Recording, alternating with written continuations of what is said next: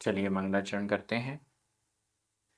तिहुवणतिलयं देवं वन्दिता तिहुवणिन्दपरिपूज्यं वोच्छम् अणुपेहाओ भवीयजनानंद जननीयो। बोलिए श्री 1008 शांतिनाथ भगवान की जय। आचार्य श्री कुमार स्वामी की जय। आचार्य गुरुवर विद्यासागर समय सागर जी महाराज की जय। निर्यापक श्रवण मुनि पुंगव श्री 108 सुधा सागर जी महाराज। हम सभी बड़े ही सौभाग्यशाली हैं जो हमें आचार्य कुमार स्वामी के महान ग्रंथ कत्तिकेयानुप्रेक्षा कार्तिकेयानुप्रेक्षा के अध्ययन का अवसर मिल रहा है। 12 भावनाओं का वर्णन इस ग्रंथ राज में है। आज हम 2 गाथाओं का अध्ययन करेंगे। क्रमशः गाथा क्रमांक 102 और 103। दोनों गाथाएं निर्जरा भावना को प्रारंभ कर रही है। बेहद जरूरी है निर्जरा, मोक्ष इसके बिना हो नहीं सकता। चलिए प्रारंभ करते हैं। गाथा क्रमांक 102 उच्चारण। बारस बारस विहेण बारस विहेण बारस विहेण तवसा तवसा णियाण णियाण रहियस्स आधा सा पूरा सा रहियस्स णियाण रहियस्स णियाण रहियस्स णिज्जरा आधा जा पूरा जा णिज्जरा णिज्जरा होदी होदी वीरग्ग आधा गा पूरा गा वीरग्ग भावनादो वीरग्ग भावनादो वीरग्ग भावनादो निरहंकारस्स आधा सा पूरा सा निरहंकारस्स निरहंकारस्स णाणिस्स आधा सा पूरा सा णाणिस्स बारस विहेण तवसा बारस विहेण तवसा णियाण रहियस्स णिज्जरा होदी णियाण रहियस्स णिज्जरा होदी वीरग्ग भावना दो वीरग्ग भावना दो निरहंकारस्स णाणिस्स निरहंकारस्स णाणिस्स। बहुत अच्छी गाथा। निर्जरा दूसरे चरण में णिज्जरा होदी णिज्जरा निर्जरा होदी होती है निर्जरा होती है निर्जरा होती है। निर्जरा भावना का यहाँ से प्रारंभ हो रहा है। निर्जरा निर्जरा होदी होती है निर्जरा होती है। निर्जरा क्या है? कर्मों का फल देकर झड़ जाना निर्जरा है। संवर और निर्जरा, संवर पूर्वक जो निर्जरा हो रही है वो मोक्ष मार्ग में कार्यकारी है। इसीलिए संवर भावना के बाद तुरंत निर्जरा भावना की बात आ गई। आश्रव भावना किस कारण से कर्म का आना होता है? बंध भावना, बंध नाम की तो कोई भावना आई ही नहीं। आश्रव भावना में ही बंध की चर्चा लगभग ले ली गई। क्यों? क्योंकि आश्रव के साथ बंध लगा हुआ है। आश्रव हुआ और बंध हो गया। किस कारण से कर्म आया उस कारण को दूर करना जरूरी है। बंध तो एक प्रक्रिया है। प्रक्रिया होगी नहीं अगर कारण को हटा दिया। इसलिए भावना आश्रव से बचने की अधिक जरूरी है। बंध उसके साथ लगा हुआ है और आश्रव नहीं करेंगे तो बंध भी नहीं होगा, इसलिए आश्रव भावना कह के ही पर्याप्त समझा गया। इसके बाद संवर जरूरी था, आश्रव को रोकना जरूरी था, निर्जरा बेहद जरूरी है। इसलिए बंध भावना की तो जरूरत नहीं थी, लेकिन संवर और निर्जरा भावना की बेहद आवश्यकता को देखते हुए यहाँ पर निर्जरा भावना प्रारंभ की गई है।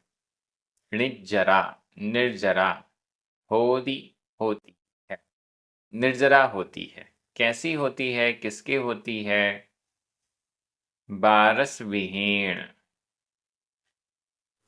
तव सा, तव सा, तव, तप, तप के द्वारा, तव सा, तप के द्वारा निर्जरा, निर्जरा होती है, तप के द्वारा निर्जरा होती है।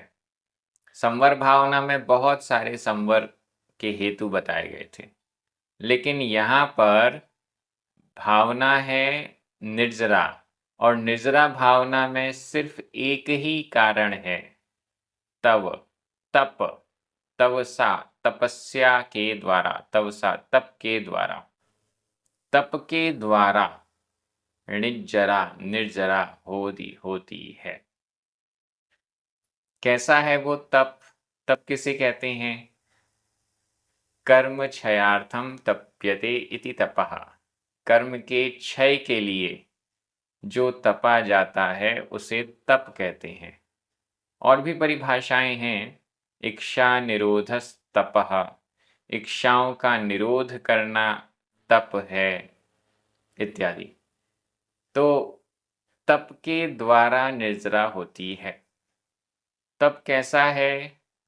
बारस विहीण, एक और विशेषण है, बारस विहीण, बारस, बारह, विह, प्रकार, 12 प्रकार वाले तव सा, तप के द्वारा निर्जरा होती है। 12 प्रकार के तप के द्वारा निर्जरा होती है। 12 प्रकार का तप कौन सा? 6 प्रकार का अंतरंग तप और 6 प्रकार का बहिरंग तप। ये 12 प्रकार के तप हैं। 6 प्रकार का अंतरंग तप कौन सा है? प्रायश्चित्त, विनय, वैयावृत्ति, स्वाध्याय, व्युत्सर्ग और ध्यान। 6 प्रकार का अंतरंग तप। विनय भी उसमें आएगा, प्रायश्चित्त, विनय, वैयावृत्ति। और 6 प्रकार का बहिरंग तप, अनशन, अवमोदर्य, वृत्ति परिसंख्यान, रस परित्याग, विविक्त शय्यासन और काय क्लेश। ये 6 प्रकार का बहिरंग तप। ये टोटल 12 प्रकार हुए। 12 विहीण 12 प्रकार के तव सा, तप के द्वारा, 12 प्रकार के तप के द्वारा निर्जरा, निर्जरा होती है। तप करने से संवर भी होता है, तप करने से निर्जरा भी होती है। तप करने से दोनों होता है, संवर निर्जरा दोनों होता है। अब प्रश्न है, किसके, कौन करता है? निर्जरा। नियाण रहियस, 3 विशेषण दिए हैं यहाँ पर। पहला है नियाण रहियस, दूसरा है नीचे चौथे चरण में निरहंकारस, और तीसरा है णाणिस। इन 3 विशेषणों वाले व्यक्ति के णिज्जरा, निर्जरा होती है। पहला विशेषण णियाण रहियस। णियाण, निदान, णियाण निदान, रहिय रहित, निदान रहित के। तपस्या के द्वारा निर्जरा होती है, किसके होती है? निदान रहित के, निदान रहित के तप के द्वारा निर्जरा होती है। निदान रहित के, निदान क्या होता है? हे भगवान, इतनी तपस्या कर रहा हूँ, अगले भाव में मुझे बहुत अच्छे भोगों की प्राप्ति हो, चक्रवर्ती बनूं, इंद्र बनूं, बड़ा व्यक्ति ऐश्वर्यवान बनूं। ये निदान है, भोगों की आकांक्षा करना तपस्या के बल पर, तपस्या के फल के रूप में भोगों की आकांक्षा करना, ये निदान है। और जो निदान करता है वो अधोगति का पात्र होता है। निदान का फल भोग कर अधोगति को प्राप्त होता है। इसलिए निदान रहित की निर्जरा होती है। रावण पूर्व भाव में महान तपस्वी मुनिराज थे, बहुत अच्छी तपस्या थी, लेकिन ऊपर से देखा कि एक विद्याधर जा रहा है, अपने पूरे वैभव के साथ जा रहा है, तो उसको देखकर रावण ने मन में सोचा, यदि मेरी तपस्या में कुछ सामर्थ्य है तो मैं भी ऐसा बनूं। और बस निदान हो गया। तपस्या तो बहुत अच्छी थी, संभव था उसी भाव से मोक्ष भी जा सकते थे, लेकिन निदान कर लिया तो सब खराब हो गया। वो अर्धचक्री बने प्रतिनारायण के रूप में रावण, 3 खंड का राज्य सब कुछ था, भोग आकांक्षाओं में डूबे रहे और फिर अधोगति के पात्र हुए। तो निदान का फल अधोगति होती है, इसलिए निदान से बचना चाहिए। लेकिन यहाँ पर एकदम स्पष्ट कह दिया गया, तप के द्वारा निर्जरा होती है। सबसे पहली कंडीशन है वह व्यक्ति कैसा हो? निदान से रहित हो। निदान यदि कर रहा है तो उसकी तपस्या से निर्जरा नहीं होगी। तपस्या के कारण कर्मों की निर्जरा होती है, लेकिन अगर व्यक्ति निदान कर रहा है तो उस तपस्या के द्वारा कर्मों की निर्जरा नहीं होगी, बल्कि कर्मों का बंध ही होगा। कंडीशन एकदम क्लियर है, निर्जरा भावना चल रही है। निदान रहित के निर्जरा होती है, निदान करने वाले के निर्जरा नहीं होती। निर्जरा का मतलब जो मोक्ष मार्ग में कार्यकारी है वो निर्जरा नहीं होती। आगे इसका और विश्लेषण आएगा, तब और देखेंगे। दूसरी, निरहंकारस्स, वो व्यक्ति कैसा होना चाहिए? निरहंकार, अहंकार से रहित। अहंकार नहीं होना चाहिए। तपस्या करने के बाद घमंड आ जाए, अहंकार आ जाए, मेरे समान तपस्वी तो कोई है ही नहीं, तब भी निर्जरा नहीं होगी। अहंकारी मानी व्यक्ति के तप करने से भी निर्जरा नहीं होती है। इसलिए निरहंकार, अहंकार से रहित के, बहुत अच्छी गाथा है ये। हम भी कभी कभी थोड़ी बहुत तपस्या कर लेते होंगे, उपवास कर लेते होंगे, एकासन कर लेते होंगे, लेकिन ऐसा तो नहीं कि तपस्या करने के बाद हम कहते हो कि मुझे ये फल मिलना चाहिए, या हम में घमंड आ जाता हूँ, मैं तो इतना कर लेता हूँ, बाकी लोग तो कुछ भी नहीं करते। अहंकार भी नहीं होना चाहिए। निरहंकारस्स, अहंकार से रहित। राणिस्स, रानी ज्ञानी, ज्ञानी के, अहंकार से रहित, निदान से रहित ज्ञानी व्यक्ति के 12 प्रकार के तप के द्वारा निर्जरा होती है। अब क्या बच गया? ज्ञानी मतलब सम्यक ज्ञानी, ज्ञानी मतलब सम्यक दर्शन भी हो, सम्यक ज्ञान भी हो। और फिर इतनी चीज़ें हैं, तपस्या है, तपस्या बिना चारित्र के तो होती नहीं है। हम लोग जो करते हैं वो तो छोटी-मोटी, हल्की-फुल्की वाली तपस्या है। श्रेष्ठ तो मुनिराजों वाली ही है। कैसा होना चाहिए, एक और विशेषण है। ये निर्जरा होती कैसे है? वैराग्य भावना दो, वैराग्य भावना से। निर्जरा तपस्या के कारण होती है, लेकिन वैराग्य भावना से होती है। वैराग्य नहीं है तो भी निर्जरा नहीं है। वैराग्य भावना दो, वैराग्य भावना से। वैराग्य भावना यदि नहीं है, आसक्ति है पंचेंद्रिय के विषयों के प्रति, भोगों के प्रति, तो वैराग्य भी नहीं है। शरीर के प्रति लगाव है, वैराग्य नहीं है। विषय भोगों के प्रति लगाव है, वैराग्य नहीं है। वैराग्य भावना दो, वैराग्य भावना से निर्जरा निर्जरा होती है। बहुत अच्छी ये गाथा। कैसे होती है निर्जरा? 12 प्रकार के तपों से। किसको होती है ये निर्जरा? जो निदान से रहित है, अहंकार से रहित है, ज्ञानी है, उसको होती है निर्जरा। और कैसे होती है? वैराग्य भावना से होती है। वैराग्य भावना अगर नहीं है तो भी निर्जरा नहीं होगी। तपस्या कर रहे हैं, क्यों कर रहे हैं?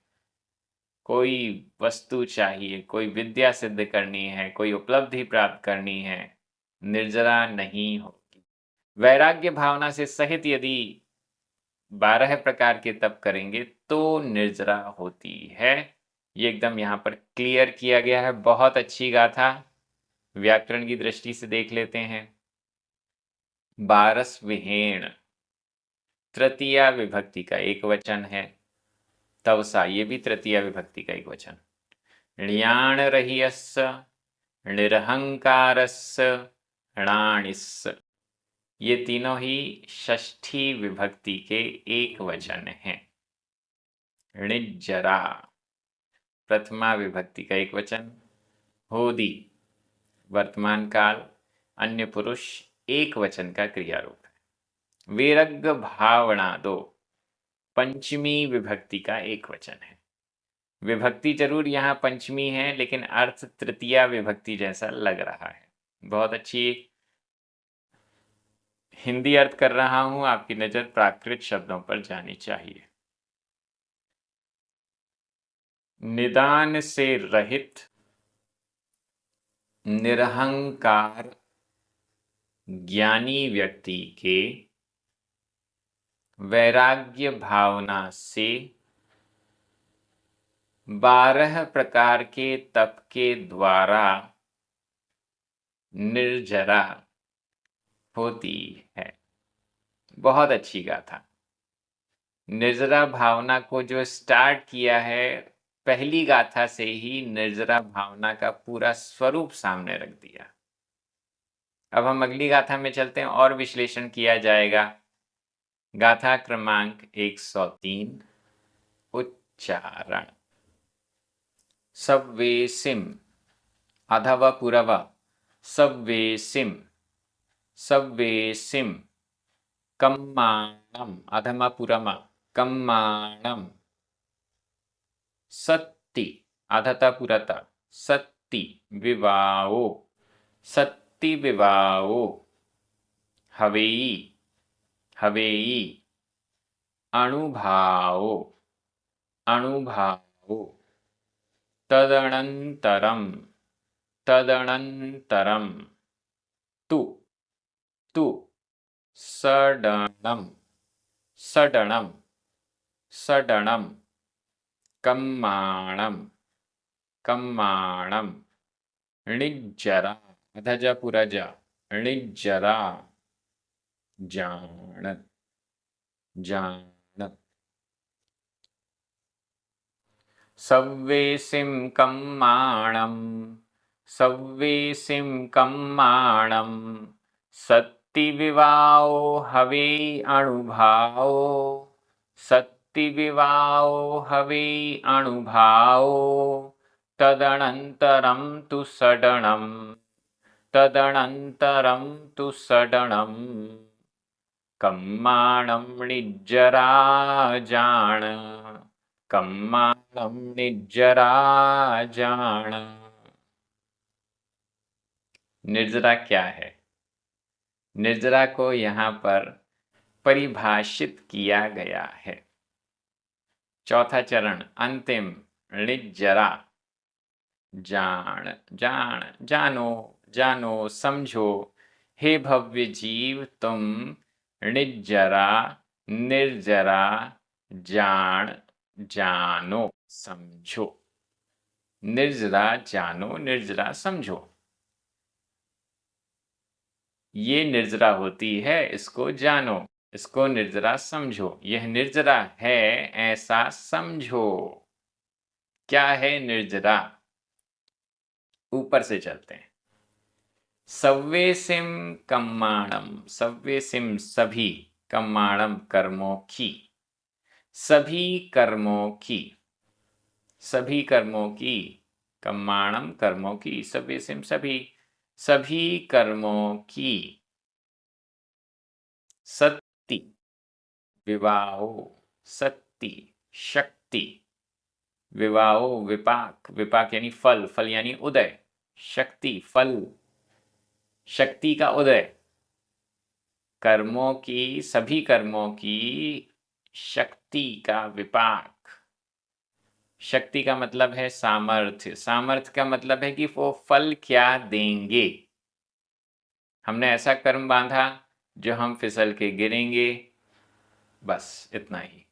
या उस कर्म की शक्ति इतनी तेज थी कि हम फिसल के गिरेंगे और हमारी हड्डी टूट जाएगी पैर की। यह है कर्म की शक्ति।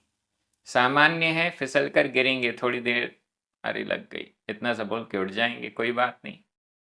और शक्ति बहुत तीव्र है, ऐसे फिसल के गिरेंगे कि हड्डी पैर की टूट गई। या फिर कई बार तो हम देखते हैं पैर फिसला बाथरूम में और व्यक्ति ऊपर, मरण ही हो जाता है, पैर फिसलने से भी मरण हो जाता है। तो कर्म का विपाक है, कर्म की शक्ति, उसका फल, उसमें क्या सामर्थ्य है। हवेई होता है, अणुभाव अनुभाग होता है, इसको अनुभाग कहते हैं। कम्माणम सव्वेसिम कम्माणम सभी कर्मों की, सत्ति विवाहो शक्ति का फल, शक्ति का उदय, अणुभाव अनुभाग हवेई होता है। ये अनुभाग कहलाता है। कर्म में कितनी सामर्थ्य है फल देने की, कितनी तीव्रता है, कितनी मंदता है, उसे अनुभाग कहते हैं। ये अनुभाग बंध कहलाता है। 4 प्रकार का बंध है, प्रकृति बंध, प्रदेश बंध, स्थिति बंध और अनुभाग बंध। अनुभाग यानी सामर्थ्य। तदनंतरम, ठीक है, अनुभाग आपने बता दिया। अब इसके बाद तदनंतरम, तदनंतर, उसके बाद अनुभाग प्रकट हुआ, शक्ति का विपाक हुआ, कर्म का फल उदय हुआ। चलिए, कर्म का उदय हुआ, शक्ति प्रकट हो गई, कर्म ने अपना फल दिया। अब तदनंतरम, उसके अनंतर, उसके बाद, तो उसके बाद तो झडणम सडणम, कम्माणम, कम्माणम कर्मों का, सडणम सड़न होना, झड़ जाना, कम्माणम कर्मों का सडणम झड़ जाना। निर्जरा जान निर्जरा जानो, इसको निर्जरा कहते हैं। निर्जरा क्या है? कर्म का फल देकर झड़ जाना, कर्म का फल देकर झड़ जाना, ये निर्जरा है। यह निर्जरा हर समय होती रहती है।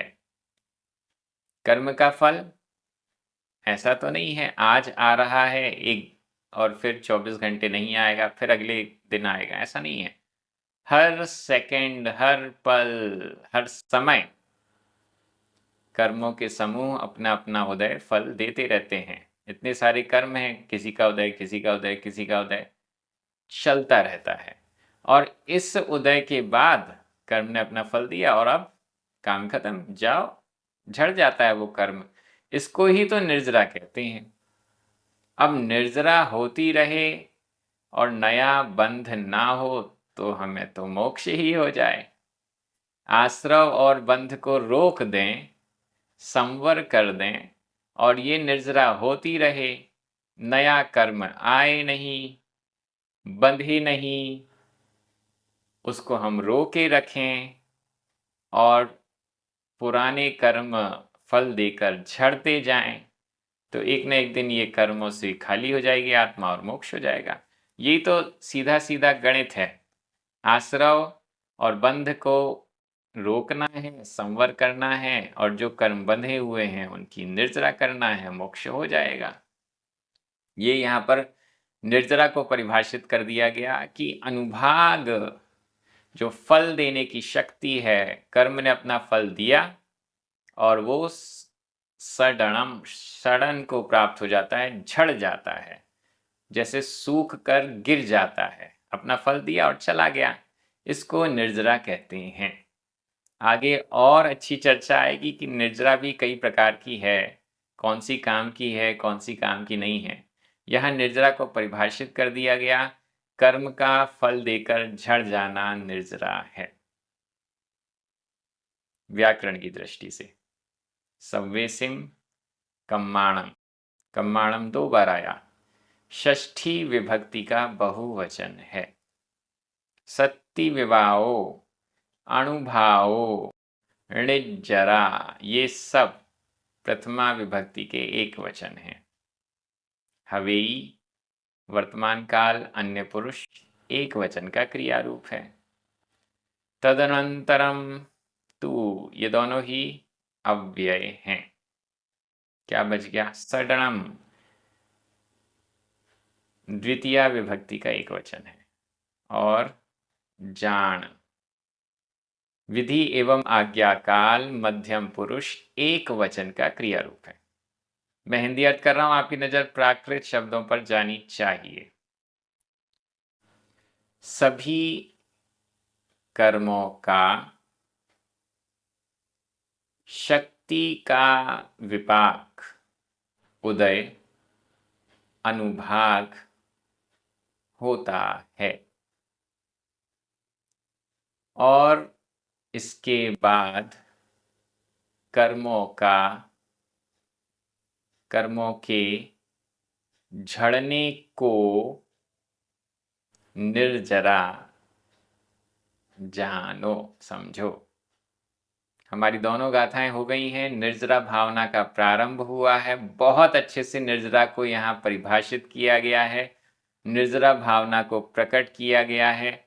आगे आगे जो भावनाएं आ रही हैं वो और अधिक उपयोगी हमारे लिए बनती जा रही हैं। स्वाध्याय का ये क्रम इसी प्रकार से जारी रहेगा। अपने मित्रों को, परिचितों को, सभी को इस स्वाध्याय से जोड़िए। YouTube चैनल को जरूर सब्सक्राइब करवाइए। जिनवाणी स्तुति करें, 9 बार रणमुकार मंत्र पढ़ें। सभी को जय जिनेन्द्र।